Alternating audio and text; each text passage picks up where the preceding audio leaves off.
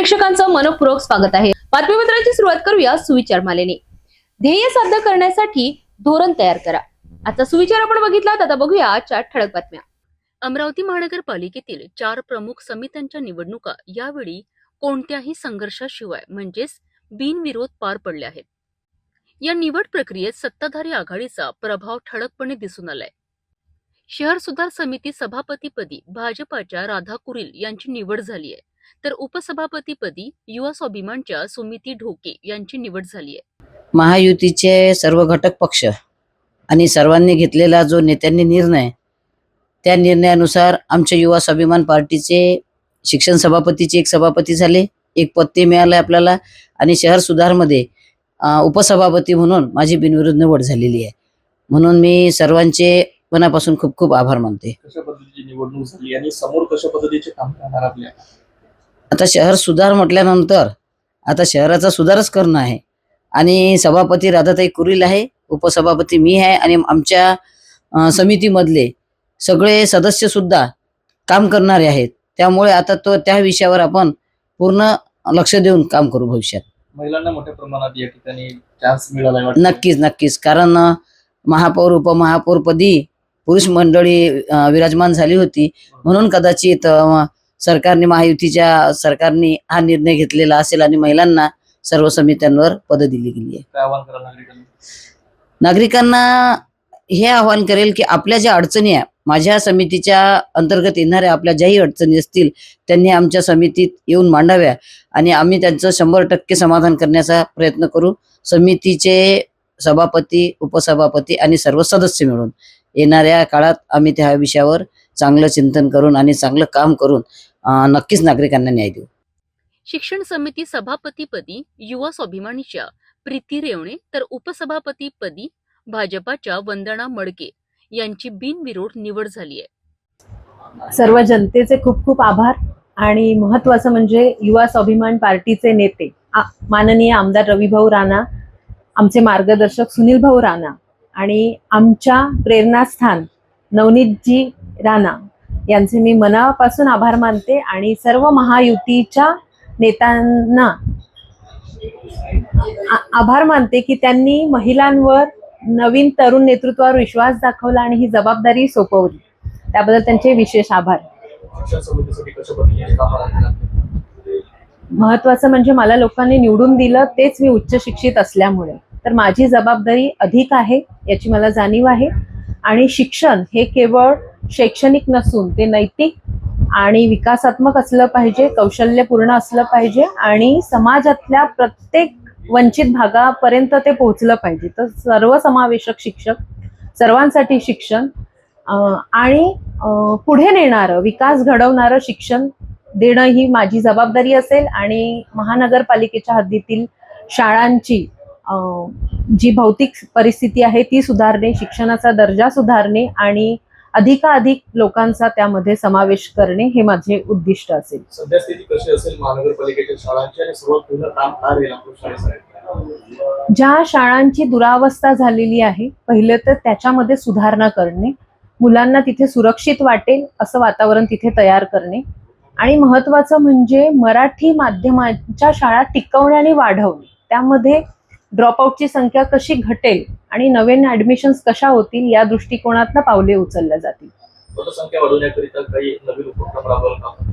निश्चित मला असं वाटतं आता सगळ्यांचा ओढा हा इंग्रजी माध्यमांकडे किंवा CBSE माध्यमांकडे आहे, आणि प्रायव्हेट शाळा प्रचंड प्रमाणात वाढतायत, भरमसाठ फी ते घेत आहेत, तर त्यामुळे अफोर्डेबल शिक्षण हे आपलं शासनाचं महत्त्वाचं वैशिष्ट्य, आणि महानगरपालिकेच्या शाळा या तर मोफत आणि तळागाळातल्या प्रत्येक व्यक्तीसाठी आहे, त्यामुळे त्यांना योग्य शिक्षण मिळून त्यांना भविष्यामध्ये संधी उपलब्ध झाल्या पाहिजे, त्या पद्धतीचं शिक्षण आपण इथे देण्याचा प्रयत्न करू। जिल्हा परिषदेच्या वतीने ग्रामीण भागात मोठ्या प्रमाणात नवनवीन उपक्रम राबविले जातात, ज्यामध्ये बोली मराठीचे असे अनेक उपक्रम राबविण्यात येत आहेत, ज्यामुळे विद्यार्थ्यांनी जास्तीत जास्त मराठी भाषेकडे वळावं हे प्रमुख उद्देश आहे। अशा पद्धतीचे आपले काही महानगरपालिकेकडून सुद्धा उपक्रम राबवले जातात?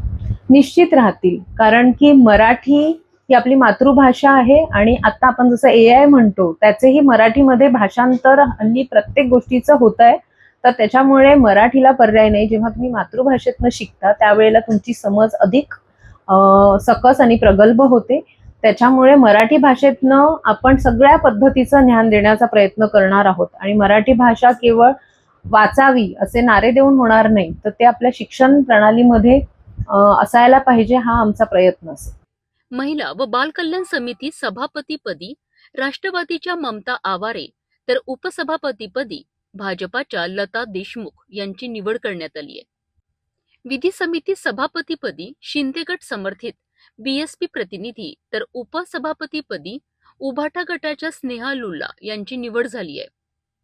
दरम्यान भाजपाच्या डॉक्टर मधुरा कहाडे यांची 4ही समित्यांवर सदस्य म्हणून निवड करण्यात आली आहे, जे त्यांच्या राजकीय प्रभावाचे द्योतक मानले जात आहे.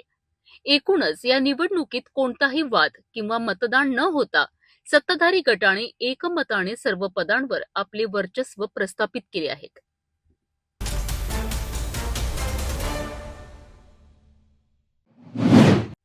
अमरावतीत एक मोठा वाद पेटलाय.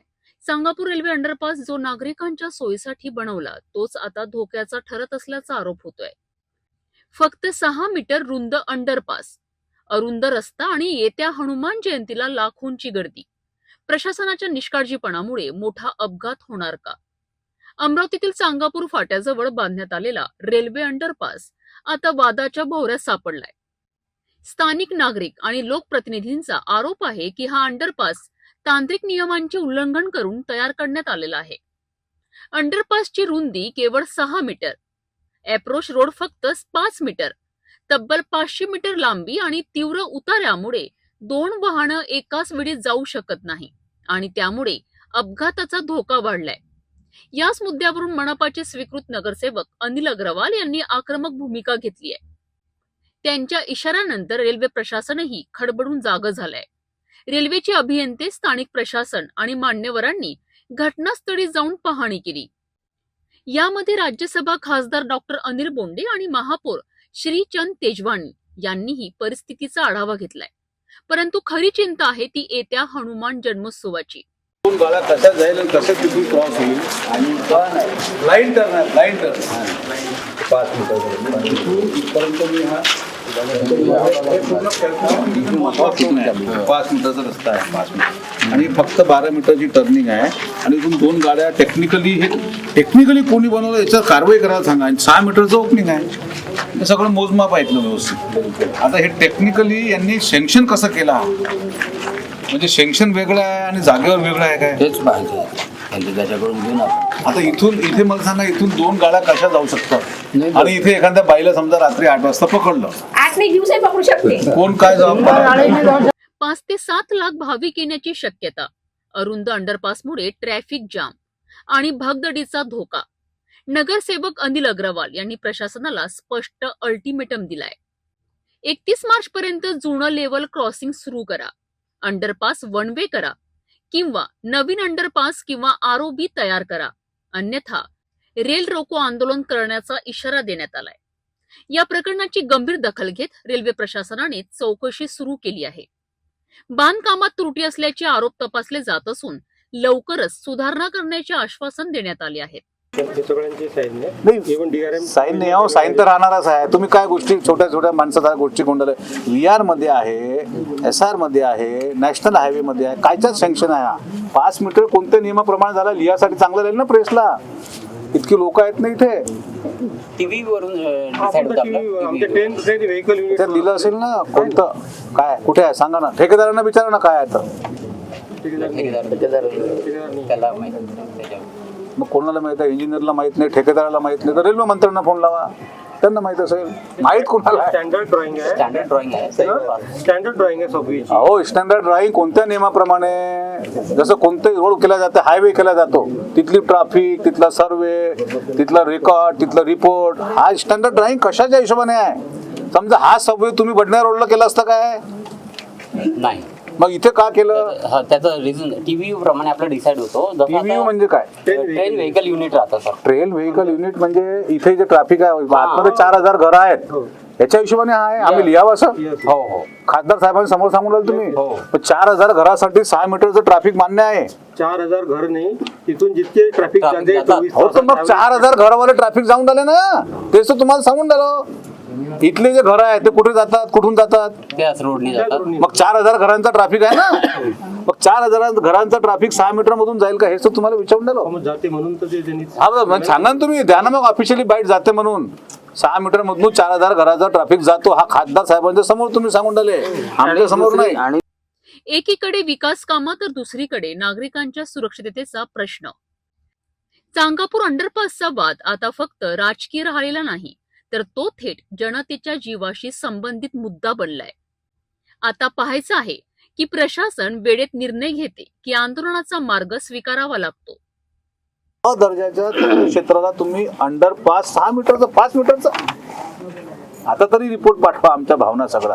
ठीक आहे, टेक्निकल जाऊ द्या, लीगल भावना तर पाठवा आमच्यावरती. नाही टेक्निकली पण सर एक लेटर आम्हाला लेटर बनवतो, आम्ही प्रपोज ते रेकॉर्ड करतोय ना आपण. एक लेटर पलटा के ऊपर लेना. कुठे गेला हा किरण?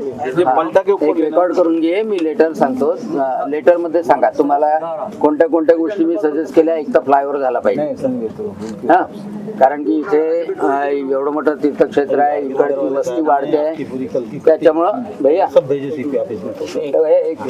एक तर पहिली गोष्ट म्हणजे आपला ऑप्शन आहे की फ्लायओव्हर झाला पाहिजे.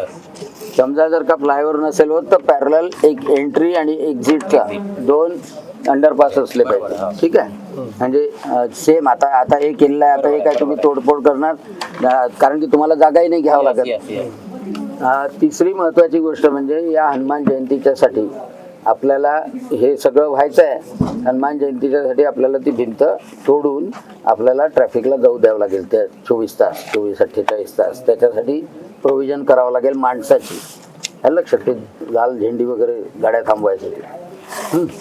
आणि चौथी महत्वाची गोष्ट की तुम्ही हे क्लोजर रिपोर्ट देण्याच्या अगोदर तुमचं हे चुकलेलं आहे की तिथे लाईटची व्यवस्था नाही, तिथला रोड स्मूथ झालेला नाही, त्याची ट्रायल घेतली की नाही मला माहित नाही, किती व्हेकलने तुम्ही ट्रायल घेतली, ट्रायल रिपोर्ट मला दाखवला नाही. दाखवला का? ट्रायल नाही. आमचा रॅम्प जो आहे रॅम्प आहे, जे काय असेल त्याचा रिपोर्ट असेल, सेफ्टी मेजर्स काय काय आहे ते तुमचे नाही आहे. तुम्हाला आतमध्ये जाताना इथे जे काय स्पीड ब्रेकर वगैरे लावा लागते ते स्पीड ब्रेकर तुम्ही लावले नाही. लक्षात लावले का? म्हणजे जे नॉर्म्स आहे तुमचे सेफ्टी नॉर्म्स आहे ते सेफ्टी नॉर्म्स तुम्ही पाळले नाही. मग तुम्ही कसं काय कम्प्लिशन रिपोर्ट देऊ शकता? अरे मला माहित आहे ना काय कराल. तर क्लोजर रिपोर्ट तुमचा जाऊच शकत नाही, तुम्ही घाई गडबडीनं पाठवलेला आहे. तर क्लोजर रिपोर्ट तो चुकीचा आहे, मग तुमच्यावर कारवाई करायला लावा लागेल की तुम्ही, मी स्पेसिफिकली देईन की तुम्ही लोकांच्या जीवाशी खेळताय. कारण की सेफ्टी नॉर्म्स करण्याच्या अगोदर तुम्ही क्लोजर रिपोर्ट पाठवला, म्हणून या इंजिनियरवर कारवाई करावी हा माझा आग्रह राहील. समजलं? कारण का अशा चुका नाही चालत. मला सांगा ना, क्लोजर रिपोर्टचे नॉर्म्स आहे ना माझ्यासमोर, काय काय तर सेफ्टी मेजर घेतले का तुम्ही? लोकांना काय असं चिल्लरच समजता का? हे पत्र पूर्ण ड्राफ्ट कर. ठीक आहे.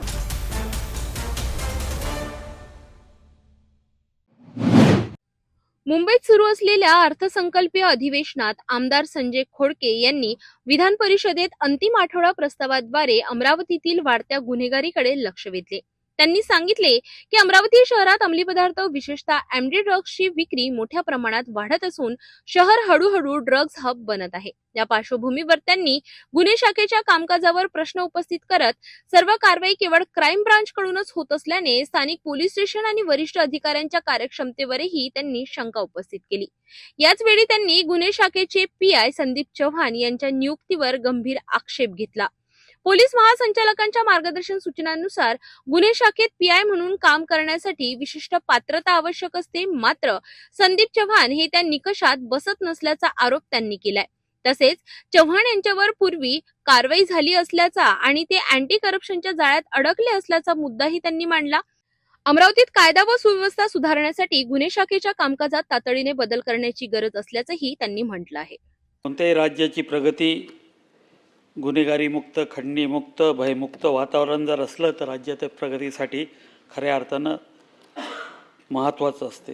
आर्थिक, सामाजिक, शैक्षणिक, सांस्कृतिक वाटचाल अधिक प्रबळतेने व्हायची असेल, उद्योगधंदे यायचे असेल, इन्व्हेस्टमेंट व्हायची असते, खऱ्या अर्थानं राज्याची कायदा व सुव्यवस्था ही सर्वात महत्त्वाची असते.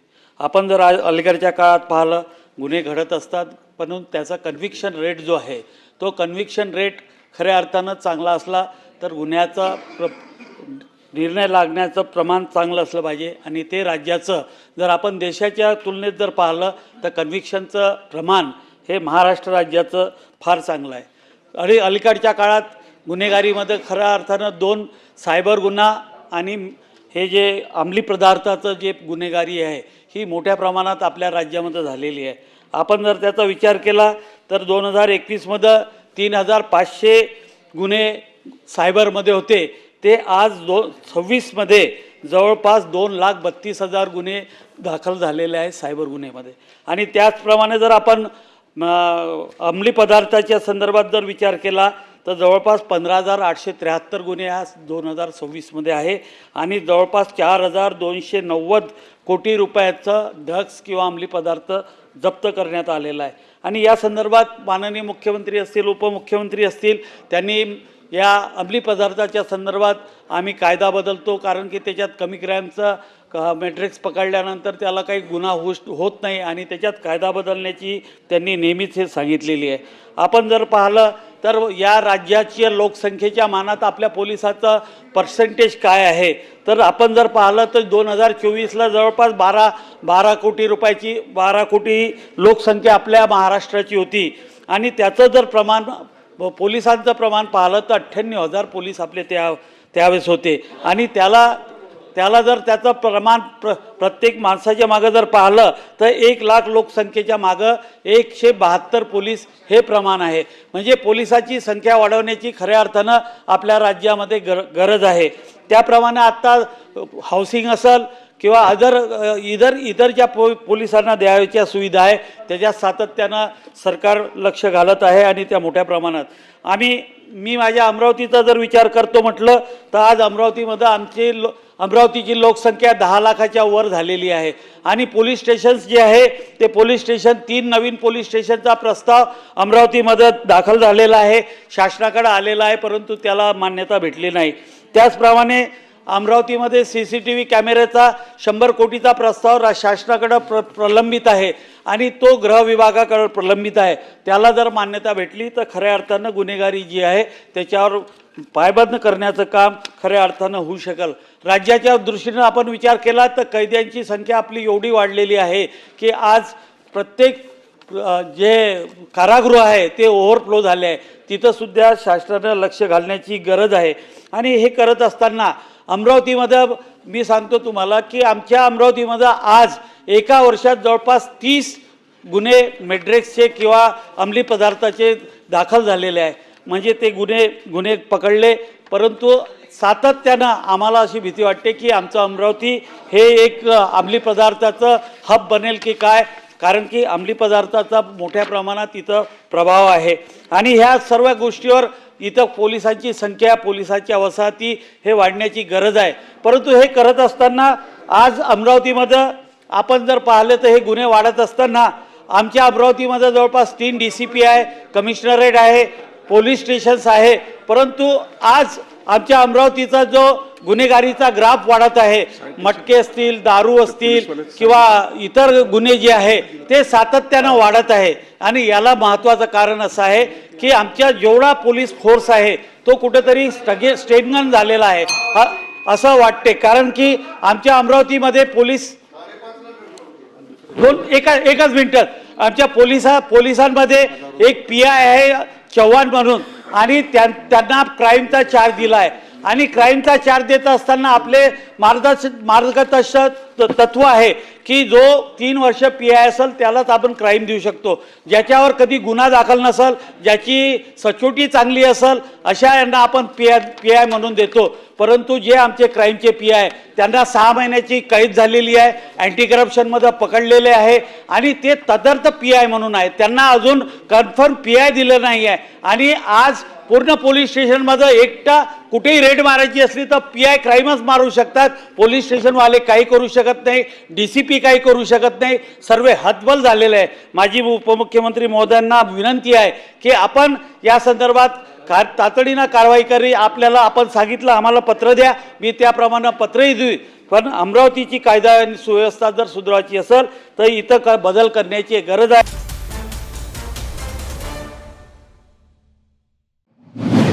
74 वर्षीय सौभाग्यवती निर्मला कांतीलाल गांधी यांना अचानक मेंदूत रक्तस्राव झाला आणि त्यांची प्रकृती अत्यंत गंभीर बनली. त्यांना तातडीने आदित्य बिर्ला रुग्णालयात दाखल करण्यात आले. डॉक्टरांनी शर्थीचे प्रयत्न केले, मात्र त्यांच्या प्रकृतीत सुधारणा होण्याची शक्यता अत्यंत कमी असल्याचे स्पष्ट झाले. अशा कठीण प्रसंगी डॉक्टरांनी कुटुंबियांसमोर अवयवदानाचा प्रस्ताव ठेवला. दुःखाच्या छायेत उभ्या असलेल्या कुटुंबासाठी हा निर्णय सोपा नव्हता. मात्र निर्मला देवींनी जिवंतपणी व्यक्त केलेली इच्छा मृत्यूनंतर आपले अवयवदान करण्याची त्यांच्या मुलांना आठवली. राजेश गांधी आणि शरद गांधी या दोन्ही मुलांनी मोठ्या धैर्याने निर्णय घेत आईची शेवटची इच्छा पूर्ण केली. त्यांनी जड अंतःकरणाने अवयवदानासाठी संमती दिली.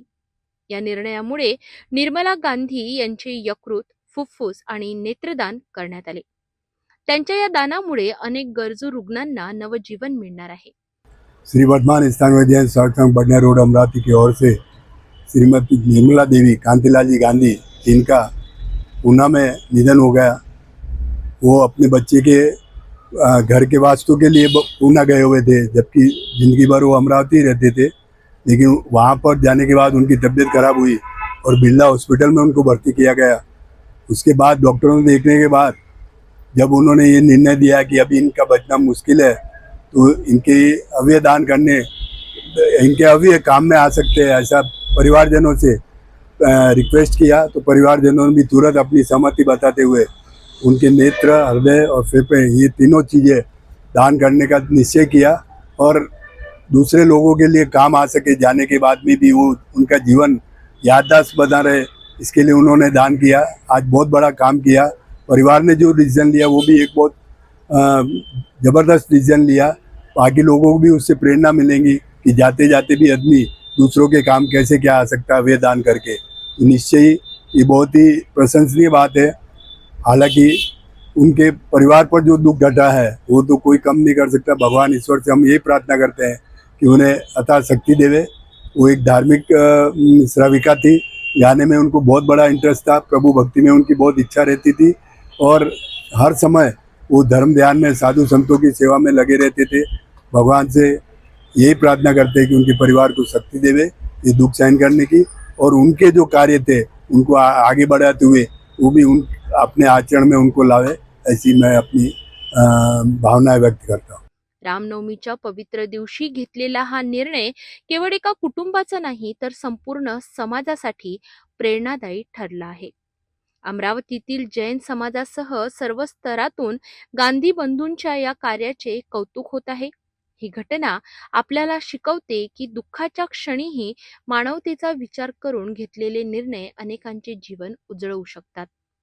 खरंच आईची शेवटची इच्छा पूर्ण करत गांधी बंधूंनी दिलेला हा मानवतेचा संदेश समाजासाठी एक मोठी प्रेरणा आहे. अशा घटनांमुळे अवयवदानाबद्दल जागरूकता वाढविण्यास नक्कीच मदत होईल. बहुत ही अत्यंत दुख के साथ जब हमें ये समाचार मालूम पड़ा कि सौभाग्यवती निर्मला जी केवलचंद जी साहब गांधी का निधन हो गया है, वो भी निधन अमरावती में ना होते हुए पूना के अंदर उनका निधन हुआ. जहाँ तक निर्मला जी जो श्राविका थी, बहुत ही मृदुर स्वभाव की, अच्छी वक्ता थी, अच्छे भजन वगैरह से भी उनके बहुत लगाव था और बड़े चाव से वो समाज के हर काम के अंदर अग्रणी रहती थी. ऐसे व्यक्तिमत्व का समाज से जाना बहुत ही समाज के लिए बहुत बड़ी क्षति है. लेकिन आगे जो मालूम पड़ा उनकी भावना के हिसाब से पूना के अंदर उनके दोनों बेटे राजेश बाबू और शरद बाबू जो दोनों वहाँ थे, उनकी अंतिम इच्छा थी कि मेरे जो अवयव दान है वो दान किया जाए, और उनके पुत्रों ने उस चीज़ को समझते हुए फेफड़े, आँखें और जो भी पार्ट है वो उनका वहाँ दान किया चिंचवड़ के अंदर, बिरला हॉस्पिटल के अंदर। इसके पश्चात उनके शरीर को वहीं अग्नि संस्कार दिया गया। ये बहुत बड़ी क्षति है समाज के लिए, ये कभी पूरी हो नहीं सकती। और गांधी परिवार ने जो एक सुकृत्य काम किया उसके लिए समाज उनका बहुत बहुत भूरे भूरे दिल से प्रशंसा कर रहा है।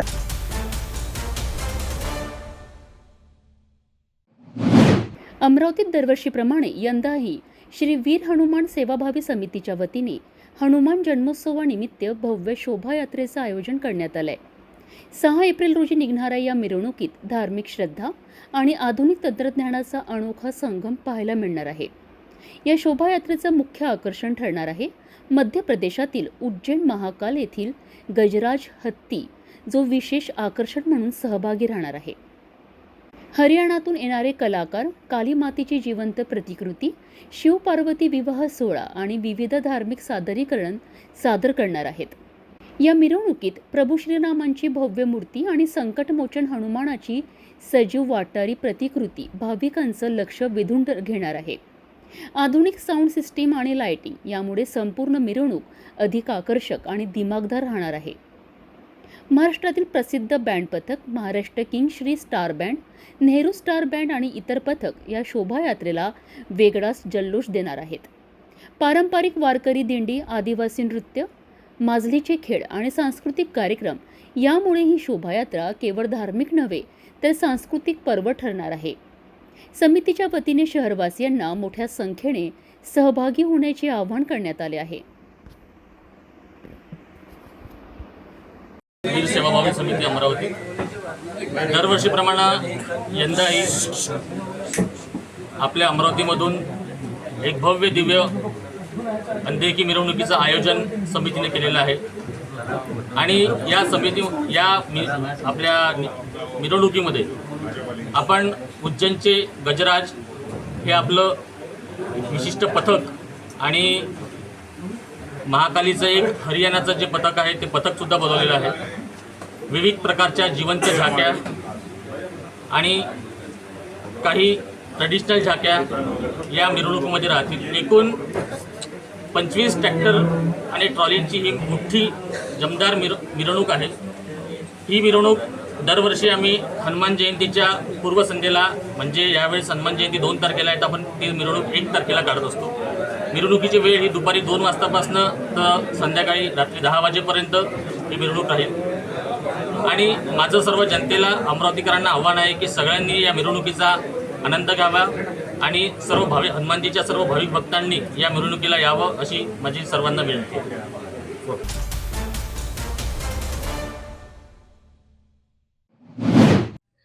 गुरुवार 26 मार्च रोजी प्रभू श्रीराम जन्मोत्सव म्हणजेच रामनवमीचा सण संपूर्ण देशभर मोठ्या उत्साहात साजरा करण्यात आला।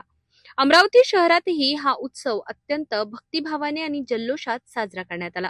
शहरातील विविध मंडळांनी भव्य शोभायात्रांचे आयोजन केले होते। विशेष म्हणजे विश्व हिंदू परिषद, बजरंग दल आणि हमालपुरा परिसराच्या वतीने मोठ्या प्रमाणात शोभायात्रा काढण्यात आल्या। या शोभायात्रांमध्ये आकर्षक देखावे, रामायणावर आधारित देखावे, पालखी आणि दिंडी, डीजे आणि ढोल ताशांचा गजर अशा विविध गोष्टींनी वातावरण भारावून गेलं होतं। प्रभू श्रीरामांच्या सुंदर प्रतिमा आणि जय श्रीरामाच्या गगनभेदी घोषणांनी संपूर्ण अमरावती शहर दुमदुमून गेलं। शहरातील विविध भागातून निघालेल्या या शोभायात्रा राजकमल चौकात एकत्र आल्या। यावेळी नागरिकांची प्रचंड गर्दी पाहायला मिळाली। कोणताही अनुचित प्रकार घडू नये यासाठी अमरावती पोलिसांकडून चोख बंदोबस्त ठेवण्यात आला होता। एकूणच दरवर्षीपेक्षा यंदा अधिक उत्साहात राम जन्मोत्सव साजरा झाल्याचं चित्र स्पष्टपणे दिसून आलं।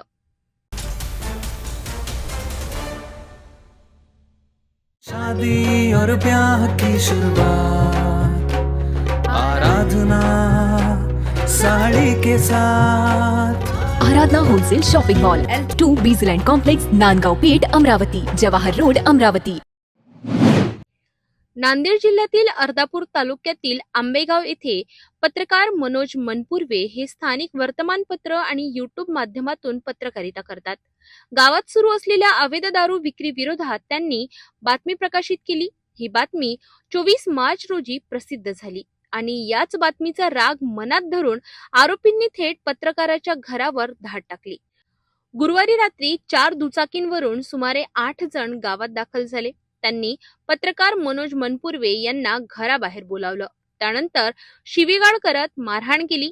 इतकंच नाही तर त्यांना जबरदस्ती दुचाकीवर बसवून अपहरण करण्याचा प्रयत्न करण्यात आला.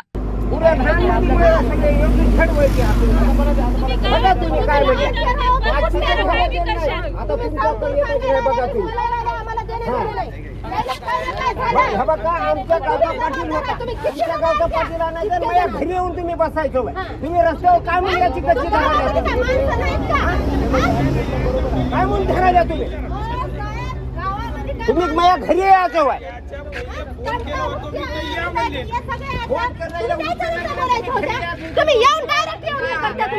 यावेळी पत्रकाराने आरडाओरड केल्यामुळे त्यांची पत्नी आणि ग्रामस्थ घटनास्थळी धावून आले. आमच्या गावात ढवळाढवळ करू नका, बातमी का टाकली, अशा धमक्या देत आरोपींनी दहशत निर्माण करण्याचा प्रयत्न केला. एकदा झालं दोनदा झालं, आता उद्या आम्हाला माझा एक वेळेस मार खाला, सण केला तुम्हाला तुमच्या न्यूज मुळे सण केला. घडी घडी मार सण होत नाही आपल्याच्यानं. बरोबर इंटरफेअर तुमचं गाव नो काय नाही. तुम्ही इथं काय मारायची ती इथं मारून घ्यायची. इंटरफेअर लहान मध्ये करायचं नाही. तुम्हाला न्यूज लावायची तुमच्या तुम्ही हिसाबाने लावायचं.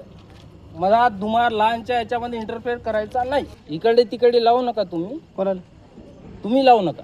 मी तुम्हाला आज आम्हाला ऐकून घ्या. आजपर्यंत पत्रकारचं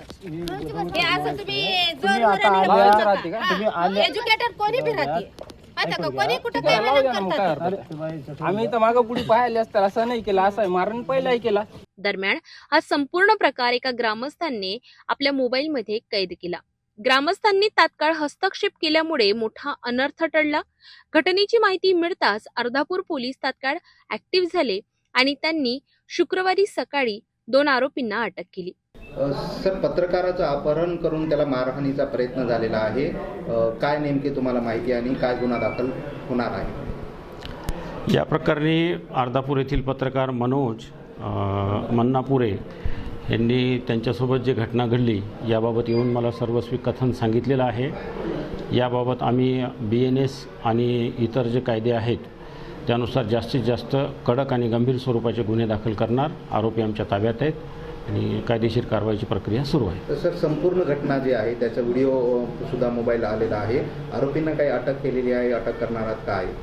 आम्ही आरोपीला अटक करणार आहोत. 2 आरोपी आम्ही आणलेले आहेत. व्हिडिओ पाहून इतर आरोपींची ओळख पटवून ताब्यातील आरोपीकडून त्यांचे नावं निष्पन्न करून त्यांना सुद्धा अटक करण्यात येईल.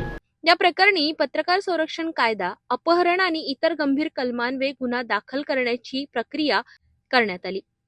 एक बातमी टाकली म्हणून पत्रकारावर थेट हल्ला आणि अपहरणाचा प्रयत्न हा प्रकार केवळ धक्कादायकच नाही तर लोकशाहीसाठीही गंभीर इशारा आहे. अतिशय निंदाजनक, गंभीर आणि कायदा सुव्यवस्थेच्या विरोधातली ही घटना आहे. रात्रीच मला मनोज मन्नापुर्वेंचा फोन आला घटना घडल्यावर. त्यांचे व्हिडिओ पाहिले. मी रात्री पोलीस अधीक्षक साहेबांना बोललो, PI साहेबांनाही बोललो. याच्यात समाधानाची गोष्ट हीच आहे की 2 आरोपींना अटक झाले, बाकीच्याही आरोपींना अटक झाली. आज मी त्यांच्यासाठीच पोलीस निरीक्षक साहेबांना भेटायला आलो. हा अपहरणाचा तर प्रयत्न आहेच, त्याच्यानंतर हा दारू माफियाची दादागिरी आहे आणि अशी कुठलीही गोष्ट सहन केल्या जाऊ नये. कायद्याला ती सहनही केल्या जाणार नाही असं मला पोलीस अधीक्षक साहेब आणि PI साहेबांनी सांगितलेलं आहे. आता ते कायदेशीर चर्चा करून यामध्ये किती BNS खाली सिरियस गुन्हे दाखल करता येतील तेवढे गुन्हे दाखल केले जातील असं त्यांनी आश्वस्त केलं आहे. पण पत्रकारावरती हल्ला महाराष्ट्राचं पुरोगामी सरकार कधीही सहन करणार नाही. कडक कारवाई नक्कीच होतील आणि हीच भूमिका राज्याचे गृहमंत्री आणि मुख्यमंत्री देवेंद्रजी फडणवीस साहेबांची आहे. ग्रामीण भागात पत्रकारिता करणे आजही किती धोकादायक आहे हे या घटनेवरून स्पष्ट होत आहे. सत्य मांडणाऱ्या पत्रकारावर असे हल्ले होणं ही अत्यंत चिंताजनक बाब आहे. आता या प्रकरणात आरोपींवर काय कारवाई होते हे पाहणं गरजेचं आहे. काय नेमकी घटना घडली आहे, कोणती बातमी प्रसारित केली होती? मी मनोज मनपूर्वे अर्धापूर तालुका प्रतिनिधी तसेच श्रमिक लोकराजीला काम करतो. तसंच एका वर्तवाहिनीला एका सिटी न्यूज म्हणून प्रसार माध्यम आहे यूट्यूबवर, त्या पण वर्तवाहिनीला मी काम करतो एक. आणि मी काल 24 रोजी कालच्या 24 मार्च रोजी मी एक बातमी प्रसारित केली होती. DJ बंद आणि लहानमध्ये दारू विषयावर रोष व्यक्त म्हणून गायकवाड्याचा कायम आहे ही बातमी छापली होती.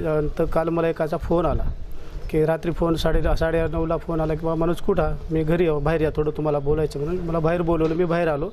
तर बाहेर आल्याच्यानंतर त्यानं मला धक्काबुक्की केली आणि माझा मोबाईल वडवून घेतल्यानं मी परत काय केलं, बाबा माझा मोबाईल द्या, जे काही बातमी आहे मी काही ते विषय तुमच्या विरोधात नाही किंवा कोण्या प्रशासनाचा नाही, मी असं म्हणलो. तर त्याने माझ्या पाठीशी पळाले, मी हाताला धरल्यावर मी पळून गेलो. गावातल्या गलीमध्ये गेलो. गलीमधून त्यानं मला गलीतून उचलून आणलं, परत गाडीवर बसवलं आणि आरडाओरडा केला. माझ्या घरचे कुटुंब आले आणि गावकरी आले. या गावकऱ्याच्या समोर मला धक्काबुक्की करून मला गाडीवर बसून देत होते. आणि नेऊन लहानमध्ये एक कॅलन आहे बसस्टँड रोडला, त्या कॅनलवर 20 जण असे थांबलेले, त्यांच्याकडून आम्हाला माहिती भेटली, तिथून मला मारण्याचा प्रयत्न करणार होते. आता काय मागणी आहे? काय आता माझी अशीच मागणी आहे सर, मी यासारखे असे अनेक पत्रकार आहेत, मी चांगल्या पद्धतीने काम ग्रामीण भागामध्ये कामं करतात.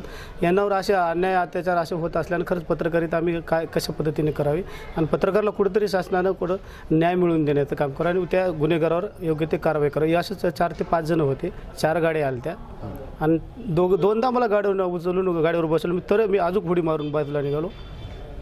कुटुंब आणि गावकऱ्यामुळे मी वाचलो सर.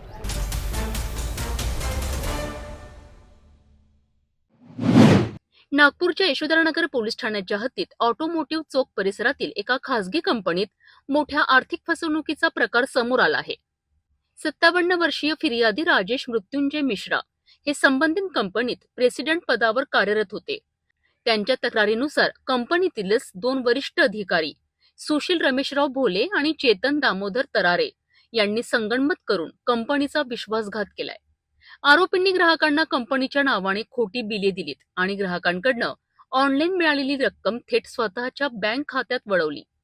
इतकंच नाही तर काही खास ग्राहकांना 100% डिस्काउंट देऊन स्वतःचा फायदा करून घेतल्याचंही तपासात समोर आलं आहे. या संपूर्ण प्रकारात कंपनीची तब्बल 74,70,984 रुपयांची फसवणूक झाल्याचा आरोप आहे. फिर्यादीच्या तक्रारीनंतर पोलिसांनी भारतीय न्याय संहितेतील विविध कलमानुसार गुन्हा दाखल केला आहे.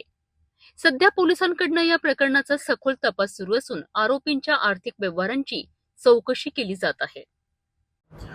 यशोधरानगर पोलीस ठाणे हद्दीत असलेल्या ऑटोमोटिव्ह मॅन्युफॅक्चर प्रायव्हेट लिमिटेड या मारुती सुझुकीच्या शोरूममध्ये स्पेअर पार्टमध्ये गबन होऊन फसवणूक झाल्याबाबतची तक्रार सदर ऑटोमोटिव्ह शोरूमचे मॅनेजर राजेश मिश्रा यांनी त्याबाबतची तक्रार दिली होती.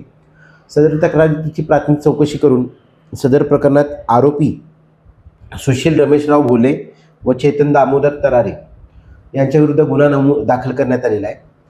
सदर प्रकरणात आरोपींनी त्यांच्या आर्थिक फायद्यासाठी सदर ऑटोमोटिव्ह मॅन्युफॅक्चरर्स शोरूममध्ये असलेले गाड्यांचे जे स्पेअर पार्ट आहेत ते ग्राहकांना विक्री करून त्याबाबतची रक्कम जी आहे शोरूमच्या अकाउंटमध्ये जमा न करता व ग्राहकांना बोगस बिले देऊन 74,70,984 रुपयाचं जे आहे गबन केलेलं आहे. सदर प्रकरणात दोन्ही आरोपींना अटक केलेलं आहे. आरोपींची दिनांक 30 मार्चपर्यंत न्यायालयाने पोलीस कस्टडी मंजूर केलेली आहे. सदर गुन्ह्याचा तपास चालू आहे.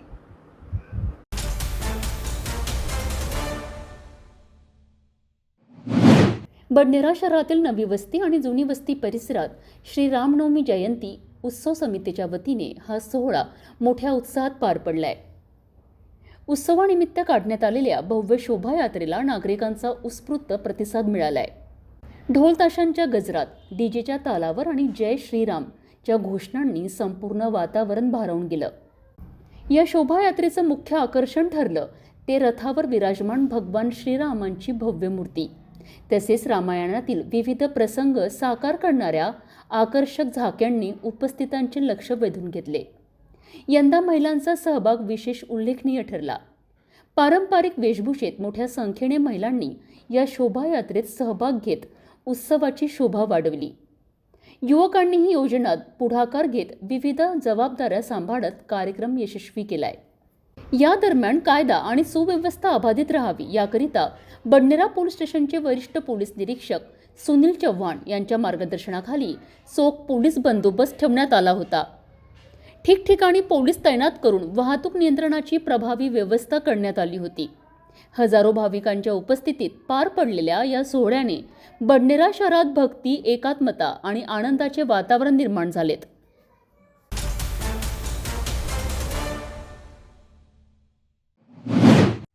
नागपूरच्या यशोधरानगर पोलीस ठाण्याच्या हद्दीत राजीव गांधी नगर परिसरात ही धक्कादायक घटना घडली आहे. मिळालेल्या माहितीनुसार 39 वर्षीय फिर्यादी शेख सत्तार व्यवसायाने ओला चालक आपल्या कुटुंबासह कारने पारडीकडे जात होते. याच दरम्यान आरोपी शेख समीर उर्फ शेरा याने मोटरसायकल आडवी लावून त्यांचा रस्ता अडवला. यानंतर आरोपींनी शिवीगाळ करत शेख सत्तार यांच्यावर हल्ला चढवला. या मारहाणीत त्यांच्या चेहऱ्यावर आणि नाकावर गंभीर दुखापत झाली आहे. घटना इथेच थांबली नाही तर पीडित व्यक्ती पोलीस ठाण्यात तक्रार देण्याकरिता गेल्यानंतर आरोपी थेट त्यांच्या घरी पोहोचला. तेथे त्यांनी पीडिताच्या भावाच्या पत्नीसोबत अश्लील शिवीगाळ करत गैरवर्तन केल्याचा आरोप आहे. इतकंच नाही तर आरोपीने कपडे काढण्याचा प्रयत्न करत अभद्र हावभावही केलं असल्याचं सांगितलं जात आहे. स्थानिक नागरिकांच्या माहितीनुसार दोन्ही कुटुंबांमध्ये याआधीही वाद झाले होते आणि आरोपी वारंवार भांडण घालत असल्याची माहिती समोर आली आहे. दरम्यान यशोधरानगर पोलिसांनी या प्रकरणी गुन्हा दाखल केला असून आरोपीच्या अटकेकरिता शोध मोहीम सुरू आहे. फिर्यादी शेख इरफान हे त्यांच्या पत्नी व मुलांसह पारडी येथे एका कार्यक्रमासाठी त्यांच्या पांढऱ्या रंगाच्या स्विफ्ट गाडीने जात असताना त्यांच्याच घरासमोर राहणारा आरोपी शेख समीर उर्फ शेरा हा त्याच्या टू व्हीलर मोटरसायकलने येऊन त्याने सदरची मोटरसायकल फिर्यादी शेख इरफान यांच्या स्विफ्ट गाडीच्या समोर आडवी लावली व फिर्यादी शेख इरफान यांना शिवीगाळ करू लागला. त्यावेळेस फिर्यादी शेख इरफान यांनी त्यांच्या गाडीची काच खाली करून त्याला समजावून सांगत असताना आरोपी शेख समीर उर्फ शेरा याने फिर्यादीस हाताने त्यांच्या चेहऱ्यावर, नाकावर जबर मारहाण केलेली आहे. त्यामध्ये त्यांच्या नाकाचा हाड जे आहे ते फ्रॅक्चर झालेलं आहे. तसेच त्या घटनेनंतर आरोपी शेख समीर याने फिर्यादी शेख इरफान याच्या घरासमोर जाऊन फिर्यादीची जी वहिनी आहे शेख अल्फिया यांच्या घरासमोर जाऊन त्यांनाही अश्लील शिवीगाळ केलेली आहे. तसेच त्याचे स्वतःचे कपडे काढण्याचा प्रयत्न केलेला आहे. त्यावरून सदर प्रकरणात गुन्हा नोंद करण्यात आलेला आहे. आरोपी शेख समीर उर्फ शेरा याला अटक करून मान्य न्यायालयात हजर केले असता न्यायालयाने त्याची न्यायालयीन कस्टडी मंजूर केलेली आहे. सदर गुन्ह्यातील आरोपी याचा यापूर्वीचा गुन्हे अभिलेख आहे. आरोपीला माननीय न्यायालयात हजर केले असता न्यायालयाने त्याची न्यायालयीन कस्टडी मंजूर केलेली आहे.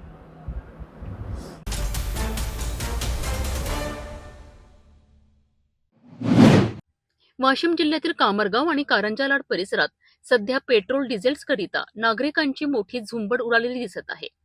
पेट्रोल पंपावर लांबच लांब रांगा आणि काही तासातच संपणारा साठा. परंतु धक्कादायक बाब म्हणजे ही टंचाई खरी नसून अफवांमुळे निर्माण झालेली आहे. ग्रामीण भागात शेतीची कामं सुरू आहेत. ट्रॅक्टर, जेसीबीसाठी इंधनाची गरज आहे. परंतु भीती इतकी वाढली आहे की ज्याला 100 रुपयाचं पेट्रोल लागणार आहे तो थेट 1000 रुपयांचं भरून नेत आहे. शेतकरी देखील 2000 रुपयांच्या डिझेलऐवजी 10,000 रुपयांचं डिझेल भरून घरात साठवून ठेवत आहे. यामुळे पेट्रोल पंपावर कृत्रिम टंचाई निर्माण झाली आहे. प्रशासनाच्या माहितीनुसार पंपावर इंधन संपत असलं तरी नागरिकांच्या घरांमध्ये मात्र 1000 ते 5000 लिटरपर्यंत इंधन साठवले जात आहे. ही साठवणूक केवळ टंचाई वाढवत नाही तर मोठ्या अपघाताचं कारणही ठरू शकते. प्रशासनाने स्पष्ट केलं आहे की इंधनाचा साठा पुरेसा आहे. मात्र नागरिकांनी घाबरून न जाता गरजेपुरतच इंधन घ्यावं. परंतु सध्या तरी कामरगाव परिसरात ही पॅनिक बाईंग थांबवण्याचं नाव घेत नाहीये.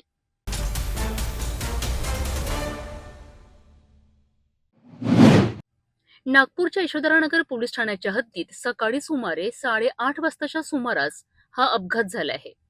मिळालेल्या माहितीनुसार MH31FR 0411 क्रमांकाची कार भरधाव वेगाने जात असताना चालकाचा ताबा सुटला. ही कार थेट डिवायडरला आदळली आणि त्यानंतर गाडी पलटी झाली. अपघात हा इतका भीषण होता की घटनास्थळी काही काळाकरिता वाहतूक कोंडी निर्माण झाली. कार चालक 42 वर्षीय विनोद भीमराव काळे राहणार पोलीस लाईन टाकळी परिसर हे या अपघातात किरकोळ जखमी झाले आहेत. जखमी चालकाने दिलेल्या माहितीनुसार तो पुलावरून जात असताना अचानक गाडीचा बॅलन्स बिघडला आणि अपघात झाला.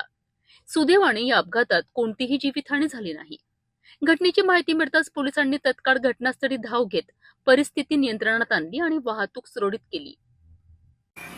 आम्ही सहाय्यक पोलीस निरीक्षक गजानन चंद्राते पोलीस ठाणे यशोधरानगर सकाळी आम्ही ड्युटीवर असताना 8:30 वाजता सुमारास माहिती मिळाली की प्रेसो गाडी क्रमांक MH31 FR 0411 गाडी अपघात होऊन तिथे जखमी लोक पडलेले आहे आणि तिथे ट्रॅफिक जाम होत आहे. या माहितीवरून आम्ही घटनास्थळी आलो असता घटनास्थळी गाडीमध्ये चालक विनोद भीमराव काळे वय 42 वर्ष राहणार पोलीस लाईन टाकळी सोनपूर टाकळी अवस्थी चौक हा गंभीर ड्रायव्हर सीटवर बसून होता आणि गंभीर जखमी होता.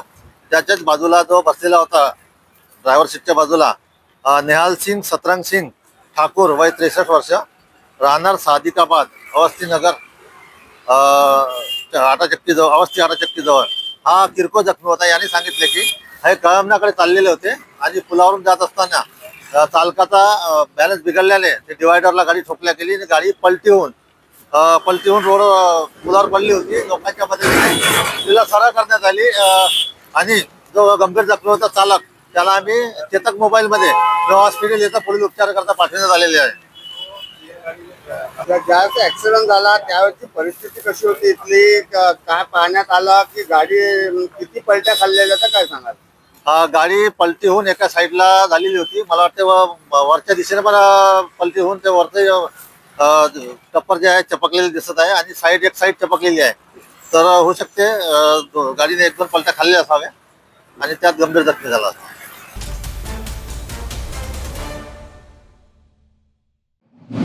श्री महाकाली माता मंदिर संस्थान येथे चैत्र नवरात्र उत्सव मोठ्या उत्साहात साजरा करण्यात आला. 9 दिवस चाललेल्या उत्सवात दररोज माँ काली मातेची विधिवत पूजा अर्चना आरती होम हवन यांचे आयोजन करण्यात आले. या धार्मिक सोहळ्याला परिसरातील भाविकांनी मोठ्या संख्येने उपस्थिती लावली. मंदिर परिसरात भक्तिमय वातावरण निर्माण झाले होते. विशेषतः सकाळ सायंकाळ आरतीला भाविकांचा मोठा प्रतिसाद मिळाला. उत्सवाच्या शेवटच्या दिवशी कन्या भोजनाचा कार्यक्रम आयोजित करण्यात आला. यामध्ये लहान मुलींना देवीचे रूप मानून त्यांचे पूजन करण्यात आले व त्यांना भोजन देण्यात आले. या सर्व कार्यक्रमांचे आयोजन मंदिर प्रतिष्ठानचे पीठाधीश्वर शक्ती महाराज यांच्या मार्गदर्शनाखाली पार पडले. त्यांच्या नेतृत्वामुळे संपूर्ण कार्यक्रम शिस्तबद्ध आणि यशस्वीरित्या संपन्न झाला. चैत्र नवरात्र उत्सवामुळे संस्थान परिसरात भक्ती, श्रद्धा आणि उत्साहाचे वातावरण पाहायला मिळाले.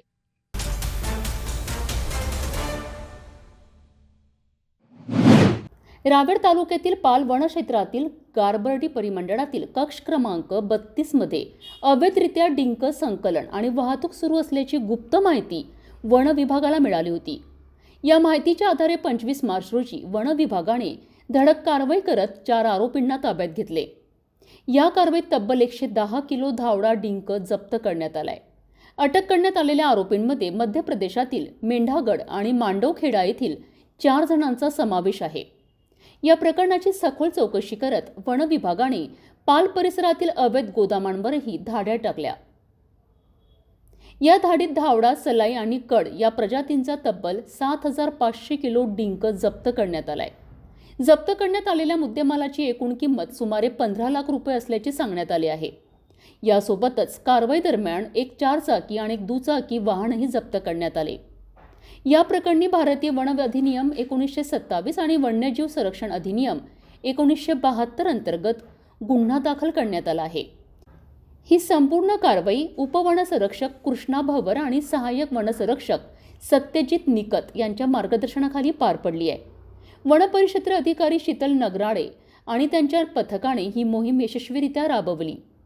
वन विभागाच्या या धडक कारवाईमुळे अवैध डिंक संकलन करणाऱ्यांमध्ये मोठी खळबळ उडाली असून पुढील तपास सुरू आहे.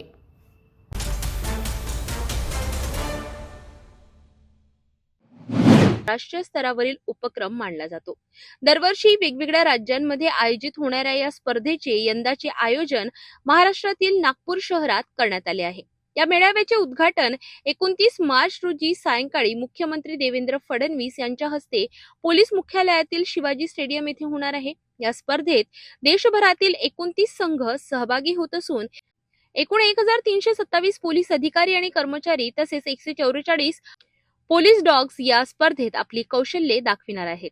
स्पर्धेमध्ये computer awareness, police dog competition, videography, anti sabotage check, scientific investigation आणि पोलीस फोटोग्राफी अशा 6 विविध विषयांचा समावेश आहे. या स्पर्धा नागपूर शहरातील विविध ठिकाणी पार पडणार आहेत. स्पर्धकांच्या सोयीसाठी निवास, भोजन, वैद्यकीय सुविधा आणि वाहतूक यांची उत्तम व्यवस्था करण्यात आली आहे. याशिवाय सांस्कृतिक कार्यक्रम आणि 2 एप्रिल रोजी बडाखान्याचे आयोजनही करण्यात आले आहे. संपूर्ण मेळावा सुरळीत पार पडावा यासाठी मोठ्या प्रमाणात पोलीस बंदोबस्त तैनात करण्यात आला असून 330 पोलीस वाहनांची व्यवस्था करण्यात आली आहे. या मेळाव्याचा समारोप 3 एप्रिल रोजी केंद्रीय गृह राज्यमंत्री नित्यानंद राय यांच्या उपस्थितीत होणार असून विजेत्या संघांना ट्रॉफी आणि पदक देऊन गौरविण्यात येणार आहे. नागपुरात होणारा हा पोलीस कर्तव्य मेळावा केवळ स्पर्धा नसून पोलीस दलाच्या आधुनिकतेकडे वाटचालीचा एक महत्त्वाचा टप्पा मानला जात आहे. 69वी अखिल भारतीय पोलीस कर्तव्य मेळावा हा भरवणीचा जो सन्मान आहे तो महाराष्ट्र राज्याला मिळालेला आहे. हा जो कर्तव्य मेळावा आहे त्याचं उद्घाटन 29 तारखेला म्हणजे मार्च 29 तारखेला होईल आणि त्याचा सांगता समारंभ जो आहे तो 3 एप्रिल 2006 रोजी होईल. ह्याची जी ओपनिंग सेरेमनी आहे त्याच्यामध्ये महाराष्ट्र राज्याचे सन्माननीय मुख्यमंत्री श्री देवेंद्रजी फडणवीसजी हे त्याचे उद्घाटन करतील आणि त्याचा जो सांगता समारंभ आहे त्याच्यामध्ये माननीय नित्यानंद राय जे गृह राज्यमंत्री गव्हर्नमेंट ऑफ इंडिया आहेत हे करतील आणि हे दोन्हीही जे सेरेमनीज आहेत हे शिवाजीनगर म्हणजेच नागपूर सिटी पोलीस हेडक्वार्टर्सच्या स्टेडियमवर वरती होतील. आता हा कर्तव्य मेळावा म्हणजे नेमका काय आहे मी याबद्दल आपल्याला सांगतो. पोलीस विभागामध्ये काम करत असताना जे स्किल्स असतात, प्रोफेशनल स्किल्स ज्याला आपण म्हणतो, त्या प्रोफेशनल स्किल्सची ही एक स्पर्धा आहे आणि ही all India police sports control board याच्या खाली घेतली जाते. ज्याचे चेअरमन जे असतात ते DIB म्हणजे डायरेक्टर IB महोदय हे असतात.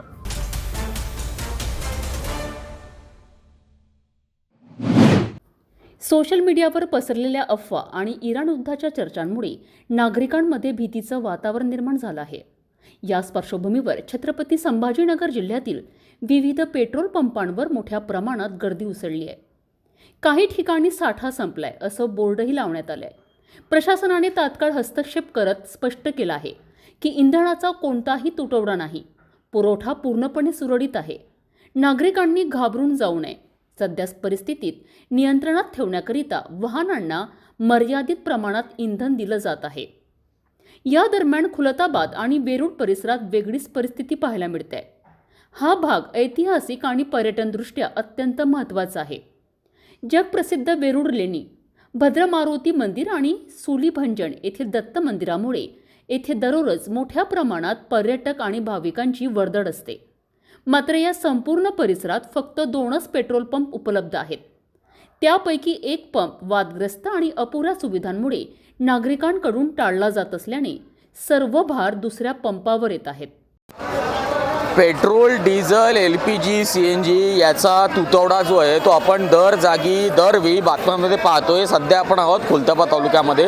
छत्रपती संभाजीनगरमधील खुलताबाद तालुक्यामधील जे वेरूळ ते फुलंब्रीमधलं जे वरद पेट्रोलियम आहे त्याच्यामध्ये आता आपण सध्या आपण पाहू शकता केवढी गर्दी आहे. आणि या ठिकाणी जे पेट्रोल जे आहे आणि पेट्रोल आणि डिझेलचं एक प्रकारे आपण पाहू शकतो की दरवेळी सांगण्यात आलं होतं की अफवा आहे की पेट्रोल डिझेलची कमतरता आहे किंवा तुटवडा आहे आणि त्याचाच आपण जो आहे तो या ठिकाणी हे अनुभव घेऊ शकता की या ठिकाणी किती नागरिक जे आहेत ते जमा झालेले आहेत.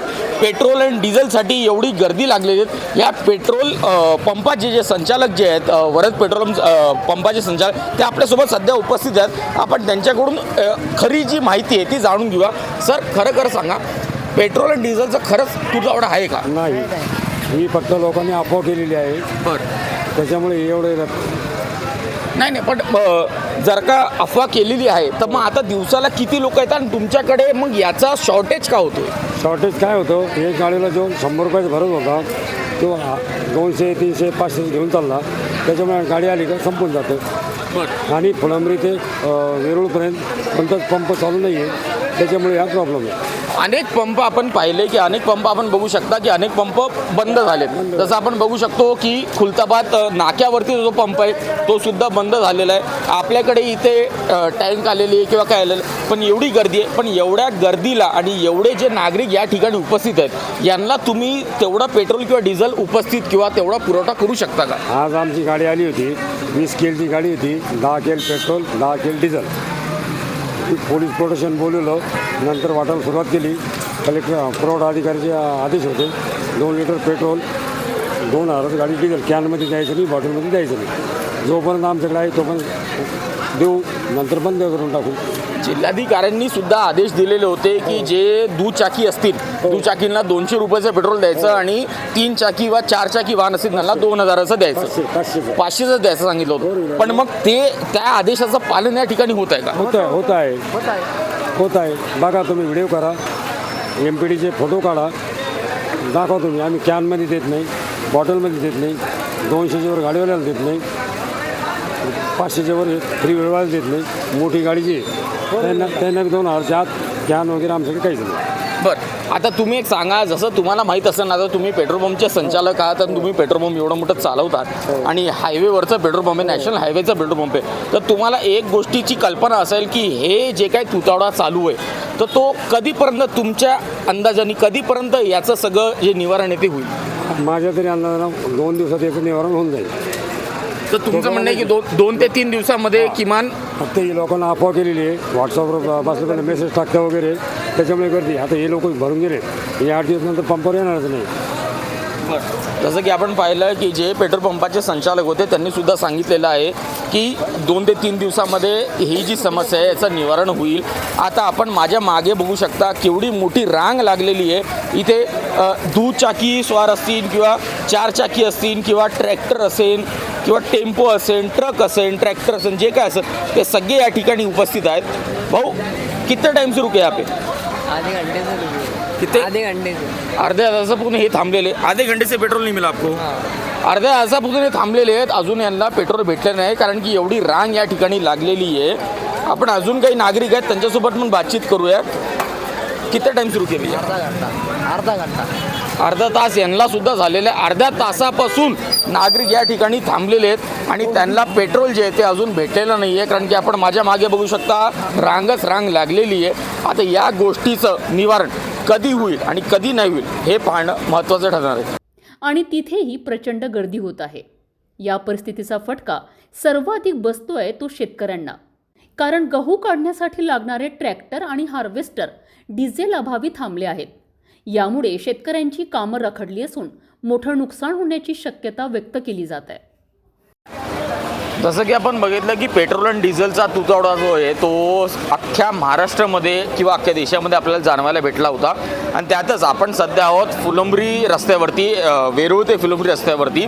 आणि तिकडे हे जे वरच जे पेट्रोलियम आहे त्यामध्ये आपण त्या ठिकाणी पाहू शकता एवढी गर्दी जमलेली आहे. त्यातच हे हार्वेस्टर जे, कारण की एक प्रकारे आपण पाहिलं तर महाराष्ट्रामध्ये जे आहे ते अवकाळी पावसाचा जो आहे तो एक फटका बसलेला आहे. आणि त्याच्यामध्ये जे गहू उत्पादक होते, ज्यांनी गहू लावलेलं होतं ते आपल्यासोबत शेतकरी आहेत, त्यांचं हार्वेस्टर इथे मागे आपल्याला या ठिकाणी पाहू शकतो. आपण त्यांच्यासोबत आपण एकदा बातचीत करूया.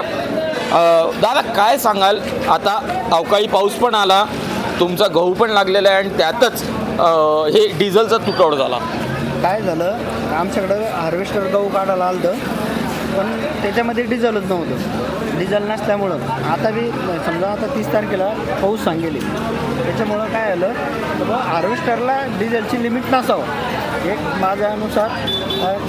याचे करून सकाळी 10-20 एकर तरी शेतकऱ्याचा फायदा होईल त्यापासून. बरोबर. मला एक सांगा, तुम्हाला कधीपासून डिझेल भेटत नव्हतं किंवा कधीपासून तुमचा काय त्रास आहे? आतापर्यंत नव्हती आले अडचण. बरं. फक्त आताच काय आलं त्यांना समजा आता कधी 2000 डिझेल दिलं आपण, 2000मध्ये किती शेतकरी होतील काढणं?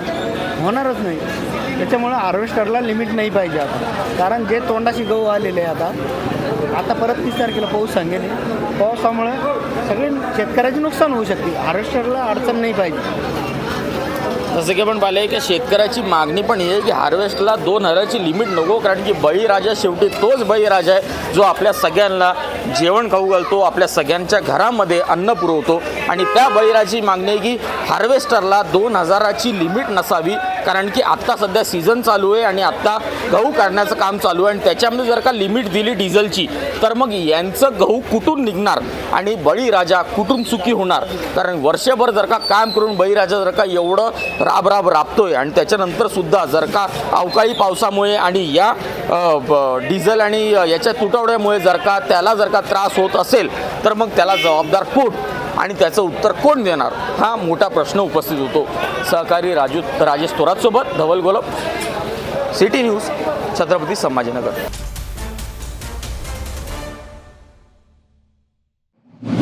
नागपूर जिल्ह्यातील रामटेक गडमंदिर येथे प्रभू श्रीरामांचा जन्मोत्सव मोठ्या उत्साहात पार पडला. दुसरी अयोध्या म्हणून ओळखल्या जाणाऱ्या या पवित्र स्थळी हजारो राम भक्तांनी हजेरी लावली. पहाटेपासूनच मंदिर परिसरात भक्तांची मोठी गर्दी उसळली होती.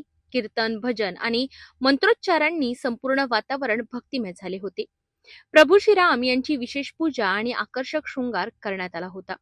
दुपारी श्रीराम जन्म सोहळ्याची सुरुवात होताच संपूर्ण परिसर जय श्रीरामांच्या घोषणांनी दुमदुमून गेला. आपल्या सगळ्या न्यूज चॅनलच्या दर्शकांना, पंडे परिवार, पुजारी वर्ग तसंच देवस्थान कर्मचारी यांच्याकडनं श्रीरामनवमीच्या खूप साऱ्या शुभेच्छा. यावर्षी सुद्धा श्री क्षेत्र रामटेक येथे दरवर्षीप्रमाणे मोठ्या उत्साहात श्रीराम जन्मोत्सव साजरा करण्यात आला. गेल्या 9 दिवसांपासून म्हणजेच चैत्र प्रतिपदा गुढीपाडव्यापासून श्री क्षेत्र रामटेक येथे श्री रामरायाची पद्धती पूजा, ज्याला विशेष पूजा अशी म्हटल्या जाते, ज्यामध्ये रामरायाची पूजा आणि सभोवतालचे सर्व मंदिरं म्हणजे वराह मंदिर, नरसिंह मंदिर तसेच आपल्या गडमंदिर परिसरातील सगळ्या छोट्या देवळांची पूजा केली जाते. आज देवाला विशेष शृंगार करण्यात आला आणि ठीक 12 वाजता श्री रामजन्माचं कीर्तन होऊन गुलाल उधळून श्री रामभक्तांनी मोठ्या उत्साहात रामटेक येथे जन्मोत्सव साजरा करण्यात आला. तसेच विशेष आकर्षण म्हणजे श्री क्षेत्र गडमंदिर येथे विद्युत रोषणाई करण्यात आली आहे. यावर्षी ती रोषणाई अतिशय भव्य स्वरूपात करण्यात आली आहे. त्याबद्दल ज्या रामभक्तांनी आम्हाला निधी सहाय्य केलं, आर्थिक सहाय्य केलं, तसेच भोसला देवस्थान रिसिव्हर साहेब यांनी मदत केली, त्याबद्दल त्यांचे आभार. पुनश्च आपल्या सर्व दर्शकांना पंडे परिवार तसेच देवस्थान कर्मचारी यांच्याकडनं श्रीरामनवमीच्या खूप खूप शुभेच्छा. गुलाल उधळत भक्तांनी आनंदोत्सव साजरा केला. या दिव्य क्षणांनी प्रत्येक भक्ताच्या मनात आध्यात्मिक ऊर्जा निर्माण झाली. नागपूर, विदर्भ तसेच मध्य प्रदेश आणि छत्तीसगड मधूनही हजारो भाविक येथे दाखल झाले होते. भक्तांसाठी मंदिर प्रशासनाकडून उत्तम व्यवस्था करण्यात आली होती. हिरव्या नेटची सोय, थंड पाणी आणि महाप्रसादाचे वितरण करण्यात आले. कीर्तन आणि महाआरतीने या दिव्य सोहळ्याची सांगता झाली. मात्र भक्तांच्या मनात श्रीराम जन्माचा आनंद कायम राहिला. भारताची दुसरी अयोध्या म्हणून, महाराष्ट्राची अयोध्या म्हणून ओळखल्या जाणाऱ्या श्री राम मंदिर रामटेक येथे आज राम भक्तांनी राम जन्मोत्सवासाठी लाखोच्या संख्येत इथे गर्दी केली आणि तसेच श्रीराम मंदिर रामटेक येथे महाराष्ट्र, गुजरात, छत्तीसगड, मध्य प्रदेश इथून अनेको लाखोच्या संख्येमध्ये भक्तगण राम दर्शनासाठी, राम जन्मोत्सवासाठी आज रामटेक येथे आले आहेत आणि मोठ्या हर्षोल्लासामध्ये, गुलालाच्या उधळणमध्ये, फटाक्याच्या आतिषबाजीमध्ये रामटेक येथे श्रीराम जन्मोत्सव साजरा करण्यात आला. आज श्रीराम मंदिर येथे रामटेक भक्तगणांतर्फे येणाऱ्या सर्व भक्तांचे तसेच इथे खाण्याची व्यवस्था, जेवणाची व्यवस्था तसेच मंदिर प्रशासनाने केलेली या व्यवस्थेमुळे अनेक भक्तांना सोयी उपलब्ध झाल्या आहेत. त्याकरिता सर्व सोयी उपलब्ध करणाऱ्या व्यक्तींना आम्ही धन्यवाद देतो आणि प्रभू श्रीराम जन्मोत्सवाच्या हार्दिक शुभेच्छा देतो. धन्यवाद. आपण आता सिटी न्यूज चॅनल आपल्या टीव्हीवर सुद्धा बघू शकता. यामध्ये next channel number 117, Jio channel number 872, GTPL channel number 73, fast way channel number 256 वर बघू शकाल. आता अमरावती जिल्ह्यानंतर विदर्भ आणि महाराष्ट्राचे दर्शक घर बसल्या आपल्या केबल टीव्हीवर सिटी न्यूजच्या बातम्या पाहू शकाल. यात Chhatrapati Sambhajinagar next set top box number 14, Yavatmal set top box number 12, Washim set top box number 26, Nanded set top box number 17, Mahur set top box number 7, Akola RRC set top box number 899. लवकरच आम्ही आपल्यापर्यंत पोहोचणार आहोत. जर आपल्या टीव्हीवर सिटी न्यूज चॅनल दिसत नसेल तर आपण आपल्या केबल ऑपरेटरशी संपर्क साधावा. आपण सिटी न्यूज केबल व्यतिरिक्त युट्यूब, फेसबुक, इंस्टाग्राम आणि ट्विटरवर सुद्धा बघू शकता. याकरिता आमच्या सोशल मीडिया अकाउंट्सला सबस्क्राईब करा, फॉलो करा, लाईक करा. युट्यूब अकाउंट सबस्क्राईब करण्यासाठी सबस्क्राईब बटनला क्लिक करा आणि बेल आयकॉन दाबायला विसरू नका, कारण सर्वात आधी समाचार आपल्यापर्यंत पोहोचणार आहेत. तसेच सिटी न्यूजच्या फेसबुक पेजला लाईक करा, इंस्टाग्राम आणि ट्विटर हँडलला फॉलो करा. आपण व्हॉट्सअपवर सुद्धा सूचना देऊन न्यूज प्राप्त करू शकता. व्हॉट्सअप नंबर खाली स्क्रीनवर येतो आहे. हे बातमीपत्र एवढ्यावरच थांबूया. पुन्हा भेटूया नवीन घडामोडींसोबत. तोपर्यंत नमस्कार. हर खबर पर पैनी नजर, हर मुद्दे पर सटीक वार, यही है सिटी न्यूज की पहचान. जहाँ सच्चाई की आवाज दबाई जाती है, वहाँ सिटी न्यूज उठाता है सवाल. हर स्क्रीन पर, हर प्लेटफॉर्म पर हमारी मौजूदगी बोलती है. सिटी न्यूज हमेशा सच के साथ.